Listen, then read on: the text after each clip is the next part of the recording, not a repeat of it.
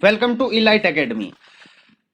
आज हम स्टार्ट करते हैं क्लास 12th के लिए एनसीईआरटी मैथ। क्लास 12th के लिए एनसीईआरटी मैथ चैप्टर फर्स्ट क्या है? Relation and function. तो आज की क्लास में हम रिलेशन एंड फंक्शन की एक्सरसाइज 1.1 से पहले आने वाले सभी एग्जाम्पल को समझेंगे और बेसिक कंसेप्ट को समझेंगे। तो चलिए स्टार्ट करते हैं। Relation and function. Relation and function class 11th में सेकंड चैप्टर आता है। क्लास 11th में सेकंड चैप्टर आता है, वहां पे इसका सब बेसिक कंसेप्ट है। तो यदि आपने वहां पे क्लास नहीं ली है तो हम आप अपनी वीडियो के डिस्क्रिप्शन में क्लास 11th का सेकंड चैप्टर की लिंक दे देंगे, आप वहां से एक बार उसको देख लीजिएगा। क्योंकि यहाँ पे बेसिक नहीं दिया गया, यहाँ से बेसिक से आगे आगे दिया गया है, ठीक है। फिर भी थोड़ा सा हम समझा देते हैं कि कार्टेशियन प्रोडक्ट क्या होता है, रिलेशन किसको बोलते हैं। यहां पे देखिएगा, रिलेशन की बात कहां पे आएगी? रिलेशन से पहले कार्टेशियन प्रोडक्ट का पता होना चाहिए, कार्टेशियन प्रोडक्ट से पहले सेट का पता होना चाहिए। ये सब चीजें 11th के मैथ में है, ठीक है। चलिए जी, यदि आप लोगों ने तैयारी कर रखी है 11th का, अच्छा पढ़ रखा है तो अच्छी बात है। यदि नहीं कर रखा तो एक बार उसको रिवाइज कर लीजिएगा। चलिए जी, मान लिया जाए दो सेट है, ए 1 2 3। दूसरा सेट लिया मैंने बी, ए बी सी। इसको बोला जाता है दो सेट। यदि यहां पे मैं लिख दूं ए क्रॉस बी, तो इसी को बोला जाता है कार्टेशियन प्रोडक्ट। क्या बोला जाता है? Cartesian product. कार्टेशियन प्रोडक्ट में आता क्या है? ए एंड बी मतलब पेयर के रूप में एलिमेंट आते हैं, सच दैट जो पहला एलिमेंट होता है ये पहले सेट में होता है और जो दूसरा एलिमेंट होता है ये दूसरे सेट में होता है। इसी को बोला जाता है कार्टेशियन प्रोडक्ट। जो यहां पे ये एलिमेंट लिखा गया है इसको बोला जाता है ऑर्डर्ड पेयर। क्या बोला जाता है? Ordered pair. ऑर्डर्ड पेयर, ठीक है। चलिए जी, तो मतलब आप जैसे ए क्रॉस बी यहां से निकालेंगे कैसे? यदि हमें यहां से ए क्रॉस बी निकालना हो तो ये आ जाएगा, आपको पहले करना क्या है, जो यहां से जो पहला सेट होगा पहले उसका एलिमेंट लेंगे। तो हमने यहां से ए उठाया, ए को इन तीनों के साथ रखना है। फिर यहां से बी उठाएंगे, फिर बी को इन तीनों के साथ रखना है। उसके बाद सी उठाएंगे, मतलब 3 उठाएंगे उसको फिर इन तीनों के साथ रखना है। कैसे? जैसे यहां पे मैंने रखा 1A, फिर रखा 1B, इसके बाद रखा 1C, फिर मैंने रखा 2A, इसके बाद रखा 2B, इसके बाद रखा 2C, फिर इसके बाद 3 को उठाएंगे, 3A, 3B and 3C। Clear? चलिए जी, इसी को बोला जाता है कार्टेशियन प्रोडक्ट। इसको कार्टेशियन प्रोडक्ट बोलते हैं, लेकिन हमारा चैप्टर तो रिलेशन एंड फंक्शन है। तो जो रिलेशन होता है, रिलेशन जो होता है, relation is a subset of Cartesian product. जो रिलेशन होता है वो कार्टेशियन प्रोडक्ट का सबसेट होता है। सबसेट आप समझते होंगे, ठीक है। सबसेट का मतलब होता है कि ऐसा सेट जिसके सभी एलिमेंट दूसरे एलिमेंट में हो, तो उस पहले वाले को दूसरे का क्या बोलते हैं? सबसेट बोलते हैं। चलिए जी, तो जो रिलेशन होता है इसको हम आर से डिनोट करते हैं, और जो रिलेशन होता है ये सबसेट होता है Cartesian product A cross B. बात क्लियर? चलिए जी, सबसेट तो हमने बोला, लेकिन इन दोनों में डिफरेंस क्या होता है? तो जो डिफरेंस होता है इसमें तो सभी एलिमेंट आते हैं, ठीक है। आर में वो एलिमेंट आएंगे जो एक दूसरे से किसी न किसी तरीके से रिलेटेड होंगे, ठीक है। आर में जो एलिमेंट आएंगे वो किसी न किसी तरीके से एक दूसरे से रिलेटेड होंगे, मतलब वो रिलेशन दिया गया होगा, उस रिलेशन के कारण ही इसको रिलेशन बोला जाता है। बात क्लियर? चलिए जी, यहां पे देखिएगा, जैसे यहां पे डिफाइन कर रखा है relation from A to B. तो यहां पे देखो कार्टेशियन प्रोडक्ट दिया गया है, A B belongs to A cross B, where A is a such that A is brother of B. मैंने बोला ना कि कार्टेशियन प्रोडक्ट के वे एलिमेंट रिलेशन में आएंगे जहां पर कोई रिलेशन दिया होगा, ठीक है। देखिए, जैसे ये एग्जांपल देखिएगा, यहां पे देखिएगा A B belongs to A cross B, age of A is greater than age of B. इसका मतलब है जो पहले एलिमेंट आएगा वो बी से ग्रेटर ग्रेटर आएगा, कभी भी लेस नहीं आएगा। बात समझिए। तो मतलब यदि इन दोनों में कोई रिलेशन दिया हो तो वो एलिमेंट किसका हो जाता है, वो रिलेशन का हो जाता है। बात क्लियर। चलिए जी, उम्मीद है बिल्कुल अच्छे से समझ आया होगा। आगे चलते हैं। यहां पे दिया गया है type of relation. Type of relation क्या होता है, ठीक है। हम थोड़ा सा टाइप ऑफ रिलेशन में यहां पे बात करते हैं, समझिएगा। टाइप ऑफ रिलेशन, रिलेशन होता कितने प्रकार का है, रिलेशन तीन प्रकार का होता है जी, तीन प्रकार का। पहला होता है रिफ्लेक्सिव, ठीक है। दूसरा होता है सीमेट्रिक, और थर्ड होता है ट्रांजिटिव, ठीक है। चलिए जी, अब रिलेशन कितने प्रकार का होता है, तीन प्रकार का। Reflexive, symmetric, transitive. रिफ्लेक्सिव का मतलब क्या होता है कि मान लिया जाए ए क्रॉस ए में कोई रिलेशन है, किसी एक सेट का उसी में एक रिलेशन है, और यहां पे जो एलिमेंट आपने लिया ए बिलोंग्स टू ए, यदि ये ए अपने आप से रिलेटेड है, ठीक है, यदि ये ए अपने आप से रिलेटेड है, इसको बोला जाता है A related to B, sorry A related to A. जैसे मान लिया जाए मैंने यहां पे लिखा, क्या लिखा, मैंने लिखा A B belongs to R. इसका मतलब है जो ये ए बी एलिमेंट है वो आर में है, आर मतलब रिलेशन में है। तो आप इसको ऐसे भी लिख सकते हो ए रिलेटेड टू बी। बात क्लियर। वही मैंने लिखा यहां पे, यदि कोई एलिमेंट अपने आप से रिलेटेड होगा, यानी कि ए कहीं में बिलोंग्स करेगा, आर में बिलोंग्स करेगा, तो आर को क्या बोलोगे, आर इज रिफ्लेक्सिव। बात समझ में आई। रिफ्लेक्सिव का मतलब है कि जो आप रिलेशन ले रहे हो उसमें जितने भी एलिमेंट है वो अपने आप से रिलेटेड है। बात क्लियर। चलिए जी, सिमेट्रिक का मतलब क्या होता है, सिमेट्रिक का मतलब होता है कि जैसे मान लिया जाए ए क्रॉस बी, कोई दो एलिमेंट ए ही ले लीजिए, चलो कोई एक सेट है जो अपने आप से रिलेटेड है, उसमें कोई कंडीशन दी गई है। जैसे मान लिया जाए उसने बोला कि ए बी बिलोंग्स करता है आर को, यहां से हम क्या समझेंगे, यहां से हम समझेंगे कि ए रिलेटेड टू बी, मतलब जो ये ए है ये किससे रिलेटेड है, बी से रिलेटेड है। यदि इसका मतलब ये तो आपको दिया जाएगा, और यदि हम प्रूफ कर देते हैं कि बी भी ए से रिलेटेड है, मतलब आप कह दो बी और ए भी आर में है। देखो हमने ए बी आर में लिया था, और यदि आप दिखा दो कि बी ए भी आर में है, यानी कि जैसा वो था यदि उसको उल्टा कर दिया जाए वो भी आर में हो, तो हम उसी को बोलते हैं symmetric relation. R is symmetric. बात समझ आई। सीमेट्रिक का मतलब होता है जैसे मान लीजिए ये कोई मिरर है, जैसा इस साइड है वैसा ही इस साइड, तो यहां पे यही कंसेप्ट है। ये मतलब यदि ये आर में है तो इसकी जो मिरर इमेज होगी, मिरर इमेज मतलब बी पहले आ जाएगा ए बाद में, वो भी यदि आर में होगी तो उसी को हम क्या बोलेंगे, सीमेट्रिक रिलेशन। बात क्लियर। चलिए जी, यहां तक उम्मीद है ये बिल्कुल समझ आया होगा। एक बार देख लीजिएगा ट्रांजिटिव रिलेशन। ट्रांजिटिव रिलेशन क्या होता है, ट्रांजिटिव रिलेशन होता है मान लिया जाए कोई ए रिलेटेड टू ए, कोई रिलेशन है जो किसका सबसेट है, ए क्रॉस ए का, ए कार्टेशियन प्रोडक्ट ए का। चलिए जी, मैंने बोला यहां पे जो ए बी है वो भी आर में है, एंड बी सी भी आर में है। मतलब आप यहां से कह सकते हो कि A related to B and B related to सी।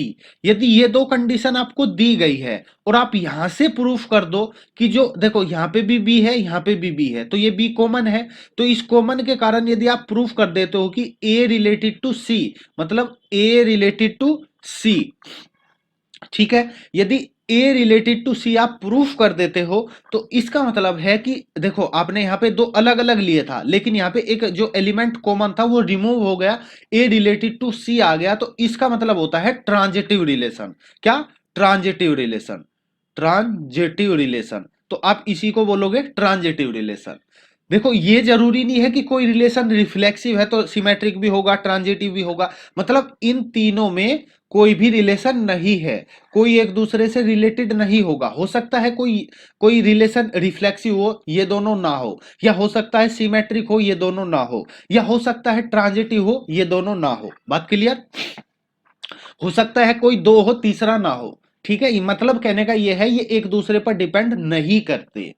चलिए जी, नेक्स्ट पॉइंट, मतलब यदि कोई रिलेशन रिफ्लेक्सिव भी है, सिमेट्रिक भी है, ट्रांजिटिव भी है, यदि कोई रिलेशन रिफ्लेक्सिव भी है, सिमेट्रिक भी है, ट्रांजिटिव भी है, तो उसी को बोला जाता है इक्विवेलेंस रिलेशन। क्या बोला जाता है? Equivalence relation.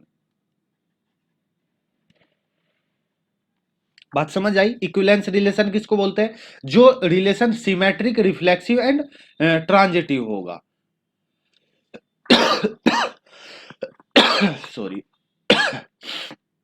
चलिए जी, यहां पे देखिएगा, ये डेफिनेशन दी गई है, जो मैंने आपको समझाया वो बिल्कुल आपके माइंड में होना चाहिए।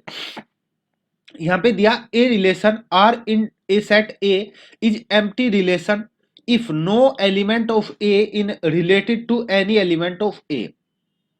उसने कहा यदि कोई आर रिलेशन है ए से ए में, और यदि उसमें कोई भी एलिमेंट रिलेटेड नहीं है, मैंने बोला ना कि जो ए क्रॉस ए कार्टेजन प्रोडक्ट होता है, लेकिन रिलेशन कार्टेजन प्रोडक्ट का सबसेट होता है, तो रिलेशन में वे एलिमेंट रखे जाते हैं जो एक दूसरे से रिलेटेड हो। तो यहां पे बोला गया, if no element of A is related to any element of A, यदि कोई भी एलिमेंट किसी दूसरे एलिमेंट से रिलेटेड नहीं होगा, तो जब वो रिलेटेड ही नहीं होगा तो वो रिलेशन में नहीं होगा, और जब रिलेशन में कोई भी एलिमेंट नहीं होता तो उसी को क्या बोला जाता है? फाई बोला जाता है। बात clear?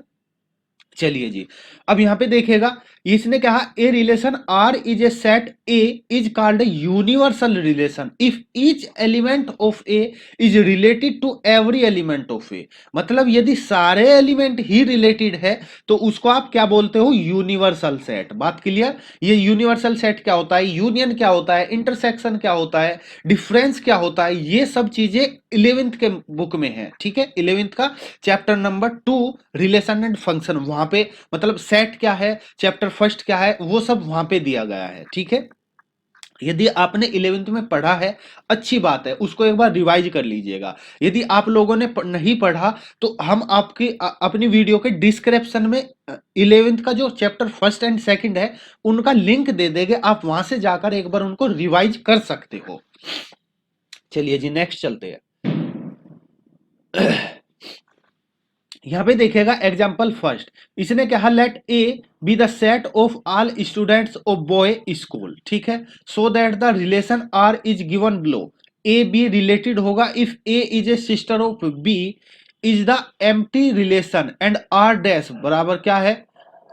A related to B, difference between height A and B is less than 3 metre. ठीक है, इज द यूनिवर्सल सेट। बात क्लियर? चलिए जी, अब देखिएगा, यहां पे आप देखोगे, पहले हम इसकी बात करते हैं। उसने कहा जो ए है वो क्या है? Set of all student of a boy school. अब देखो, जब बॉय स्कूल की बात कर रहे हैं हम, तो क्या उसमें कोई लड़की होगी? नहीं जी। जब हम बॉय स्कूल की बात कर रहे हैं तो उसमें लड़की तो होगी ही नहीं, और जब लड़की नहीं होगी तो उसमें सिस्टर का क्या मतलब?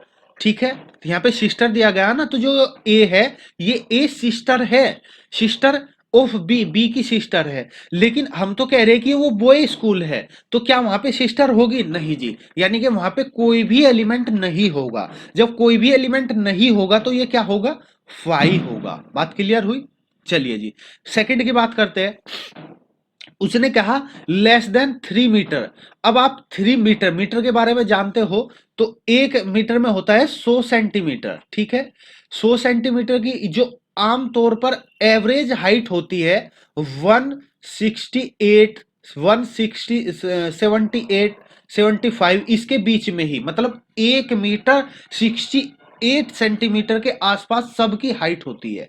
यहां पे दिया गया है 3 मीटर। 3 मीटर का मतलब है उस जो भी आमतौर पर जनरली जो लोगों की हाइट होती है उसका डबल। लगभग डबल। तो इतना बड़ा व्यक्ति कोई नहीं होगा, जितने भी लड़के होंगे, जितने भी स्टूडेंट होंगे, सब इससे छोटे छोटे होंगे। तो जितने भी स्टूडेंट है सब इससे छोटे हैं, तो सभी स्टूडेंट आ जाएंगे।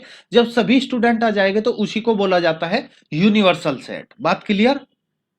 चलिए जी, उम्मीद है ये एग्जांपल बिल्कुल अच्छे से समझ आया होगा। यदि फिर भी कोई कंफ्यूजन है तो एक बार वीडियो को रिवाइंड करके देख लीजिएगा, आपको एकदम क्लियर हो जाएगा। यहां पे डेफिनेशन दी गई है, यहां पे देखिएगा, उसने डेफिनेशन दी, a relation R is a set is called reflexive symmetric transitive. ये तीनों चीजें मैंने आपको अभी डिटेल में समझाई, ठीक है। और यदि ये तीनों कोई सेट रिफ्लेक्सिव भी है, ट्रांजिटिव भी है और सिमेट्रिक भी है, तो उसी को बोला जाता है equivalence relation. A relation R a in a set A is said to be an equivalence relation if R is reflexive symmetric and transitive. बात क्लियर? चलिए जी, यहां पे देखिएगा एग्जांपल नंबर 2। इसने कहा let T be the set of all triangle in a plane with R is relation in T given by T. T जो रिलेशन है वो इस प्रकार दिया गया है, T1 is congruent of T2 so that R is an equivalence relation. अब आप मुझे यहां पे आइएगा, यहां पे बताइएगा कॉन्ग्रुएंट का मतलब क्या होता है? जिसकी सभी हाइट इक्वल हो, सभी एंगल इक्वल हो। ये मान लिया जाए दो ट्राइंगल है और यहां पे ये इक्वल होगा इसके, ये इक्वल होगा इसके और ये इक्वल होगा इसके, एंगल भी इक्वल होगा। बात क्लियर? यदि कोई ट्राइंगल, दो ट्राइंगल है, उसमें ये प्रॉपर्टी है तो उसी को क्या बोला जाता है? Congruent triangle. क्या बोला जाता है? Congruent triangle. कॉन्ग्रुएंट का सिंबल क्या होता है? जैसे मान लीजिए इसको मैंने लिखा ए बी सी, इसको लिखा मैंने पी क्यू आर।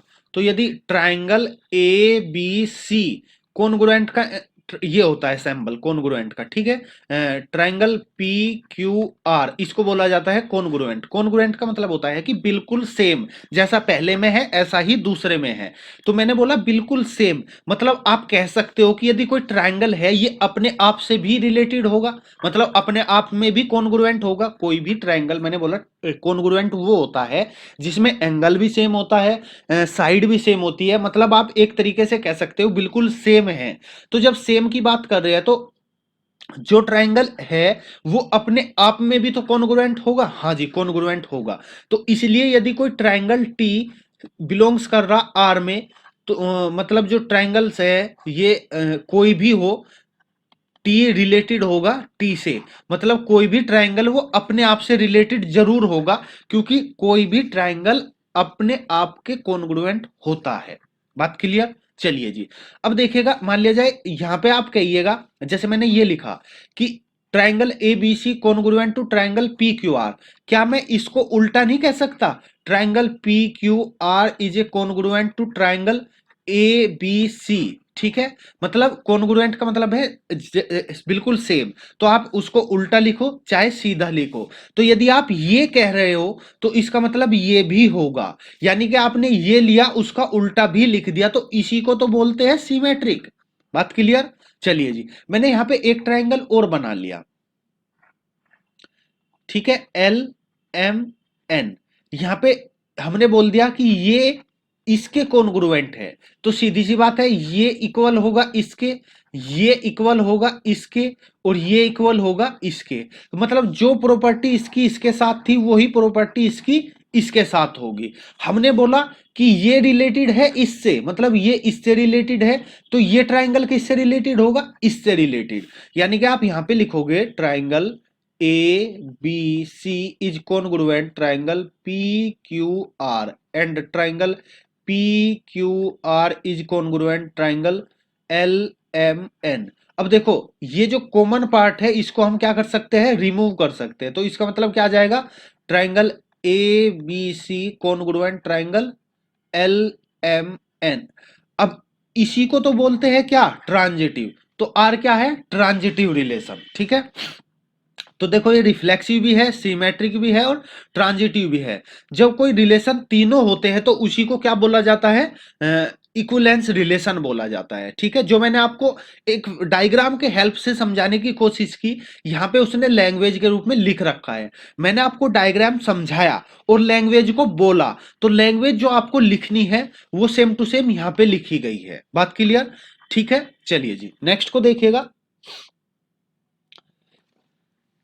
नेक्स्ट में बिल्कुल सेम है। उसने क्या है, let L be the set of the line in a plane and R be the relation in L. Define L1 L2 such that L1 is perpendicular to L2 so that the R is symmetric but neither reflexive nor transitive। इसको समझिएगा।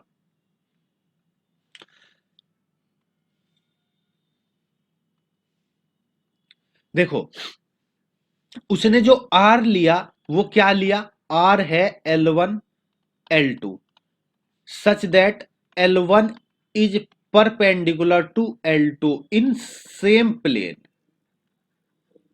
ठीक है, मतलब same plane में L1 L2 क्या है, perpendicular है। आप मुझे ये बताइए, ये कोई लाइन है, ये दूसरी लाइन है, ठीक है। ये L1 है, ये L2 है। मैंने बोला L1 परपेंडिकुलर है L2 के। तो यदि इस डायग्राम को मैं थोड़ा सा रोटेट कर दूं, मतलब ऐसे बना दूं, ये L1 है, ये L2 है, ठीक है। यहां पे हम बोल रहे हैं कि L1 परपेंडिकुलर है L2। यदि हम यहां पे बात करें तो क्या L2 परपेंडिकुलर नहीं होगा L1? हाँ जी। यहां पे आप परपेंडिकुलर के केस में यदि L1 परपेंडिकुलर L2 है तो आप कह सकते हो L2 परपेंडिकुलर L1 होगा। बात क्लियर? जब ये एक दूसरे के परपेंडिकुलर होगा तो इसी को तो आप क्या बोलते हो, सीमेट्रिक। क्या बोलते हो, सीमेट्रिक। तो उसने यही बोला है यहां पे। उसने क्या है, जो L1 L2 है ये सीमेट्रिक है लेकिन रिफ्लेक्सिव और ट्रांजिटिव नहीं है। ये भी समझेंगे, पहले आप यहां पे देखिए सीमेट्रिक कैसे है। बात क्लियर हुई? मैंने आपको बोला मतलब एक लाइन परपेंडिकुलर है तो दूसरी भी परपेंडिकुलर होगी। मैंने आपको डायग्राम के हेल्प से समझाने की कोशिश की। यहां पे उसने यही चीजें लिख रखी है, देखो यहां पे R is symmetric as L1 L2 belongs to R। देखो L1 is perpendicular to L2, इसी को आप लिख सकते हो L2 is perpendicular to L1, और इसी को आप यहां पे ये लिख सकते हो। जैसे मैंने जरूरी नहीं आप लैंग्वेज में लिखोगे, इसको देखो आप ऐसे भी लिख सकते हो। इस क्वेश्चन को आप ऐसे भी कर सकते हो। यहां पे दिया गया है L1 L2 belongs to R। इसका मतलब क्या है, L1 is perpendicular to L2। यदि एक लाइन दूसरे पर परपेंडिकुलर है तो this implies L2 perpendicular to L1, और इसके कारण आप कह सकते हो L2 L1 is related to R। बात क्लियर? देखो यहां पे L1 L2 क्या था, R में था। हमने दिखा दिया L2 L1 भी R में है, तो इसका मतलब R इज सीमेट्रिक होगा। बात क्लियर? आप बिल्कुल ऐसे भी कर सकते हो, कोई दिक्कत नहीं है, ठीक है। बिल्कुल ऐसे करोगे कोई गलत नहीं करेगा, बिल्कुल सही है। या फिर आप इसको लैंग्वेज में लिख दीजिए जैसे बुक वाले ने लिख रखा है L1 is perpendicular to L2। बात क्लियर? चलिए जी। हाँ, हम सिमेट्रिक की बात कर रहे थे। सिमेट्रिक तो हो गया, लेकिन ट्रांजिटिव। अब आप मुझे बताइएगा, ये कोई लाइन है, क्या ये कोई लाइन जो L1 है ये अपने आप के भी परपेंडिकुलर हो सकती है कभी? आपका जवाब आएगा नहीं। मतलब कोई भी लाइन हो वो अपने आप के परपेंडिकुलर नहीं हो सकती, यानी कि L1 रिलेटेड नहीं होगी L1 के। जब कोई लाइन अपने आप से रिलेटेड नहीं होगी तो R इज नॉट रिफ्लेक्सिव। बात क्लियर? चलिए जी तीसरे कंसेप्ट की बात करते हैं, ट्रांजिटिव। ट्रांजिटिव में मतलब था कि यदि L1 रिलेटेड है L2 के एंड L2 रिलेटेड है L3 के।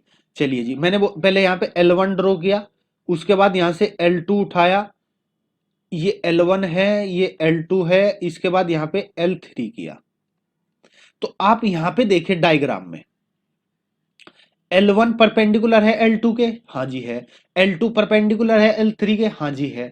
यदि ये आप L1 और L3 की बात करते हो तो यहां पे भी 90 डिग्री है, यहां पे भी 90 डिग्री है, मतलब टोटल का सम आ जाएगा 180। और जो जिन दो लाइन के बीच का एंगल 180 होता है वो लाइन परपेंडिकुलर नहीं पैरेलल होती है। बात क्लियर। तो मतलब L1 L3 और L1 क्या आ जाएगी, पैरेलल लाइन आ जाएगी। ये L3 होगा, ये L1 होगा। लेकिन L1 L3 पर रिलेटेड कब होगी, जब ये एक दूसरे के परपेंडिकुलर होनी चाहिए, लेकिन ये परपेंडिकुलर नहीं है। तो इसका मतलब L1 रिलेटेड नहीं है L3 के। जब L1 L3 के रिलेटेड नहीं है तो इसका मतलब ये ट्रांजिटिव नहीं है। बात क्लियर। चलिए जी, उम्मीद है अच्छे से समझ आया होगा।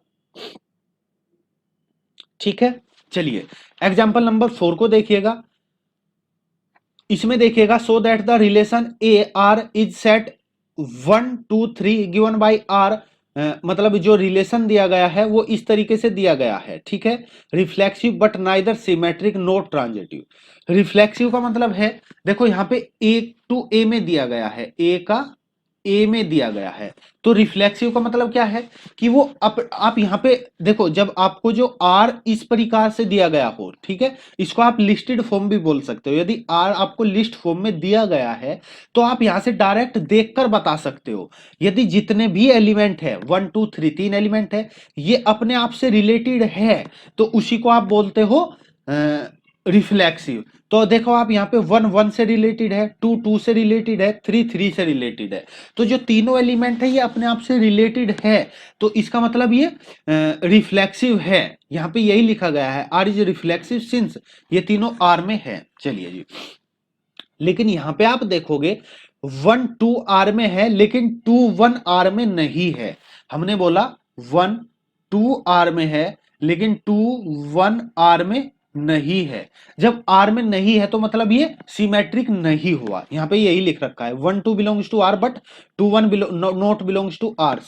ठीक है, इसी प्रकार से आप ट्रांजिटिव देखोगे, यहां पे देखिए 1 2 से रिलेटेड है लेकिन 2 3 से रिलेटेड है, लेकिन यहां पे कहीं पे भी 1 3 नहीं दिया गया। जब 1 3 नहीं दिया गया तो इसका मतलब ये ट्रांजिटिव नहीं है। बात क्लियर। चलिए जी, एग्जाम्पल नंबर 5 को देखिएगा। इसने कहा, so that the R is the set of integer, sorry relation in the set of Z of integer given below. इसने कहा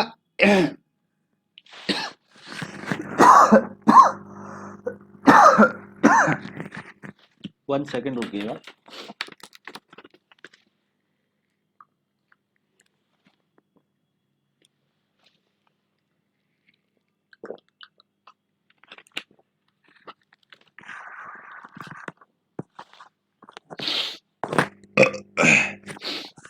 हाँ जी, चलिए देखो, इसने कहा जो आर है वो इस प्रकार से है कि जो ए बी इसमें एलिमेंट होंगे और ए माइनस बी वो डिवाइड करेगा 2 को, मतलब 2 से डिवाइड होगा। ठीक है, इज इक्विवेलेंस रिलेशन। चलिए जी, इसको थोड़ा सा यहां पे समझ लेते हैं।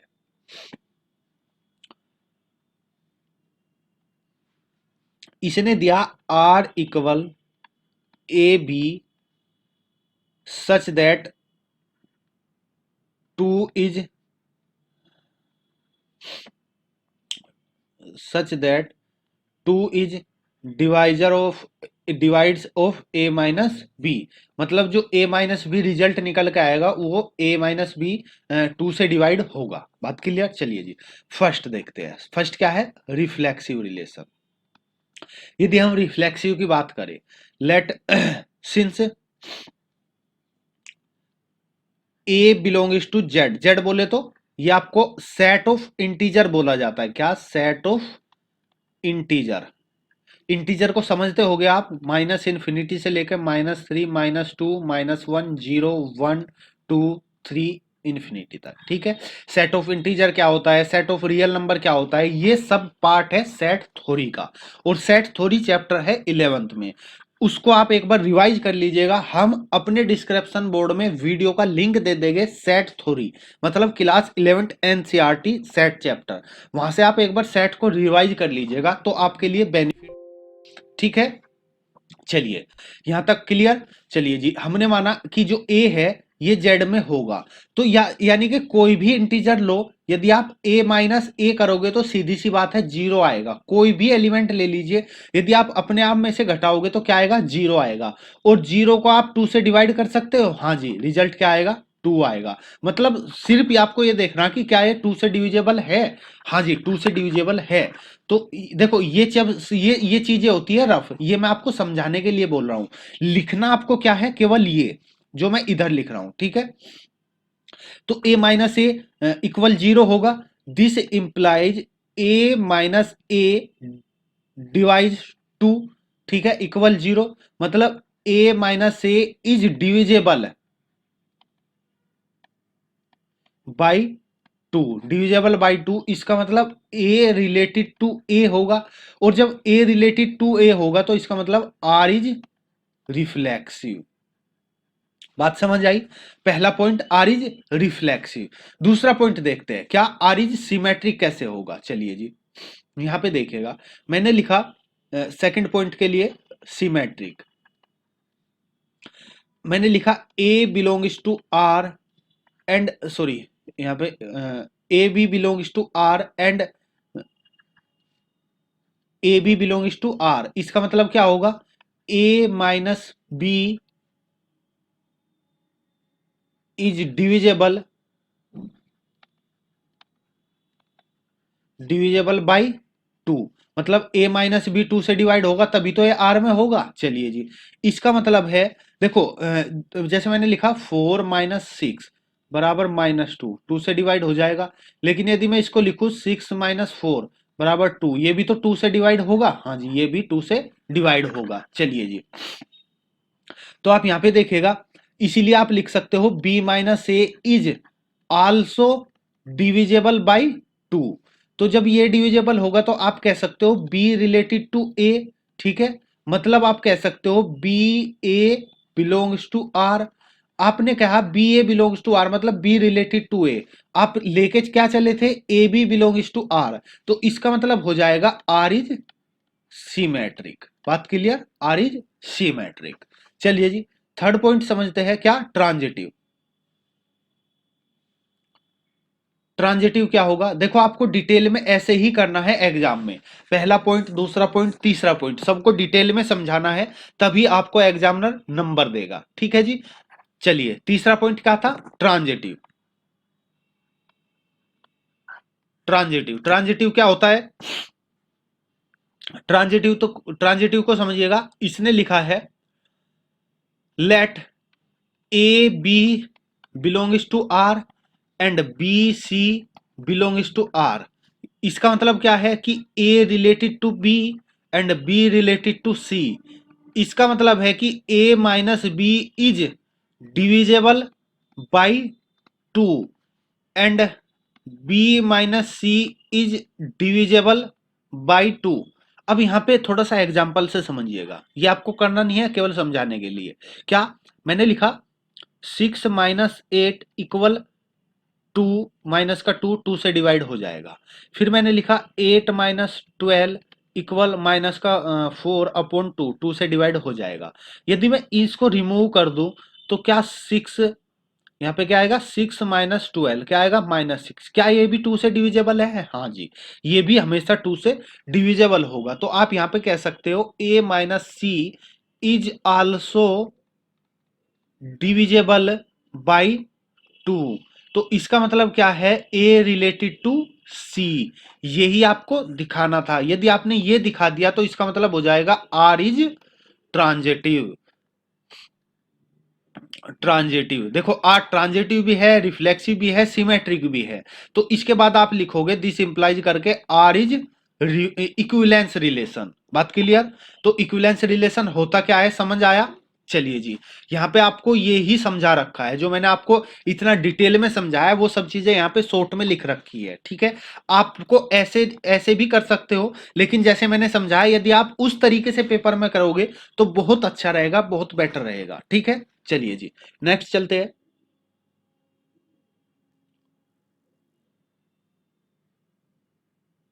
एग्जाम्पल नंबर 6 पे देखिएगा। एग्जाम्पल नंबर 6 इसने कहा let R be the relation define, A दिया गया है and R is both A and B are either odd और इवन। मतलब या तो ओड होगे या फिर इवन होगे, दोनों साथ साथ नहीं आएंगे। बात क्लियर। तो या तो आर में ओड होगे, दोनों ओड होगे, या फिर दोनों इवन होगे। बात clear. So that R is equivalence relation. अब देखो यहाँ पे इक्विवेलेंस रिलेशन सिद्ध करवा रहा है। अब आप देखिएगा, जब इसने कहा आर के अंदर या तो ओड हो गए या इवन हो गए, ठीक है, मतलब जो आर के अंदर एलिमेंट आएंगे वो दोनों, इसमें से आप ओड इवन नहीं ले सकते, या तो इवन इवन लोगे या फिर ओड ओड लोगे। तो जैसे मैंने थ्री लिया, तो आप समझिएगा, जैसे मैंने थ्री लिया, तो यदि आप यहां पे देखिएगा, यदि मैं थ्री लेता हूं और दूसरा एलिमेंट भी थ्री लेता हूं, दोनों सेम है। यदि मैंने सिक्स लिया तो दूसरा एलिमेंट भी सिक्स आएगा, दोनों सेम है। यदि ये ओड है तो ये भी ओड है, ये इवन है तो ये भी इवन है।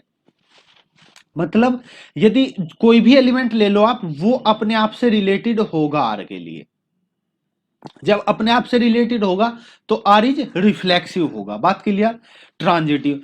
अब सिमेट्रिक की बात करते हैं। अब देखो मैंने लिया 3 और 5, भाई ये भी ओड है ये भी ओड है, लेकिन यदि मैं इसको 5 और 3 लिखता हूं तो ये भी ओड है ये भी ओड है, तब भी तो ये ओड है। तो इसी को आप क्या बोलोगे? सिमेट्रिक बोलोगे, ठीक है। ऐसे ही ट्रांजिटिव होगा, यदि ओड ओड लोगे तो ओड ही निकल के आएगा, इवन इवन लोगे तो इवन ही निकल के आएगा। बात क्लियर। चलिए जी, यहां पे देखिएगा, यहाँ पे जो कंसेप्ट दिया गया है वो यही दिया गया है, ठीक है। एक बार आप इसको समझिएगा, यदि समझ नहीं आएगा तो आप हमें कमेंट कर दीजिएगा, नेक्स्ट क्लास में हम इनको डिटेल में समझा देंगे। चलिए जी, इस क्लास के लिए इतना ही। नेक्स्ट क्लास में हम क्या करेंगे, 1.1 एक्सरसाइज के सभी क्वेश्चन को डिटेल में समझेंगे, ठीक है। चलिए जी, इस क्वेश्चन में मतलब इस वीडियो में यहीं तक। हमने अभी क्या पढ़ा, रिलेशन का जो बेसिक कंसेप्ट था उसको थोड़ा सा डिटेल में समझा। रिफ्लेक्सिव रिलेशन क्या होता है, ट्रांजिटिव रिलेशन क्या होता है, सिमेट्रिक रिलेशन क्या होता है, इसके बारे में समझा। यदि कोई रिलेशन इन तीनों प्रॉपर्टी को फॉलो करता है तो उसको क्या बोला जाता है, इसके बारे में समझा, ठीक है। तो इस वीडियो में इतना ही। नेक्स्ट वीडियो में मिलेंगे, वहां पे हम एक्सरसाइज करेंगे, ठीक है। चलिए जी, यदि आपको हमारा प्रयास अच्छा लगे तो प्लीज वीडियो को शेयर कर दीजिएगा, और आपने यदि अभी तक हमारे चैनल को सब्सक्राइब नहीं किया है तो प्लीज सब्सक्राइब कर लीजिएगा, बेल आइकन को प्रेस कर लीजिएगा, क्योंकि आपको आगे चलकर इस चैनल पर बहुत अच्छे अच्छे कंसेप्ट मिलने वाले हैं, वीडियो मिलने वाले हैं। यदि आप मैथ के फील्ड में जाना चाहते हो तो ये चैनल आपको बहुत उपयोगी होगा, ठीक है। चलिए जी, थैंक यू फॉर वॉचिंग। मिलते हैं नेक्स्ट वीडियो में नेक्स्ट एक्सरसाइज के साथ। जब तक देखते रहिए इलाइट एकेडमी।